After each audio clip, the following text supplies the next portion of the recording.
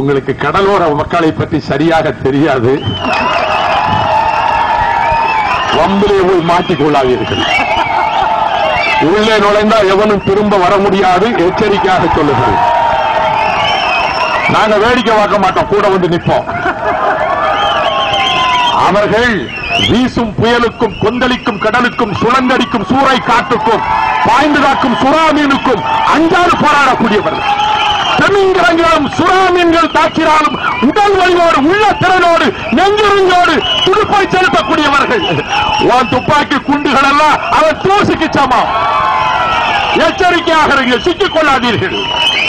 நான் நீங்களும் உங்களுக்கு சேர்த்து காவல்துறையினரே, காக்கி சட்டையினரே, உங்கள் பிள்ளைகளுக்கு சேர்ந்துதான் அவர்கள் போராடுகிறார்கள். தென் தமிழ்நாட்டுக்கு சேர்ந்துதான் போராடுகிறார்கள். ஆகவே இந்த கட்டத்தில் போலீஸை வெளியேற்று, முற்றாக வெளியேற்று. 3 நாள் மின்சாரத்தை துண்டித்தது ஏன்? பால், குடிதண்ணீர், அரிசி, பருப்பு, காய்கறி எதுவும் போக விடாமல் தடுத்தது ஏன்? நீ முள்ளிவாய்க்கால் ஆக்க முனையாதே என்று தோழர்கள் சொன்னார்கள். அங்கே முடிந்தது 7 வல்லரசுகளின் துணையோடு. இங்கே நடக்காது. உடைத்து தகர்த்து எறிவதற்கு லட்சக்கணக்கான இளைஞர்களை திரட்டிக் கொண்டு வருவோம். அவர்கள் தனிப்பட்ட மனிதர்கள் அல்ல. போராடும் களத்தில் இருப்பவர்கள் தனிப்பட்டவர்கள் அல்ல. தமிழ்நாட்டுக்காக போராடுகிறார்கள். இந்த கருத்தை நாடெங்கும் பரப்புவோம், மக்களை திரட்டுவோம்.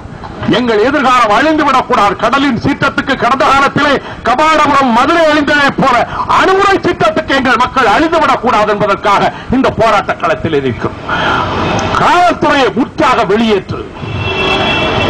அங்கே 3 நாட்கள் மின்சாரம் தடுக்கப்பட்டிருந்தது.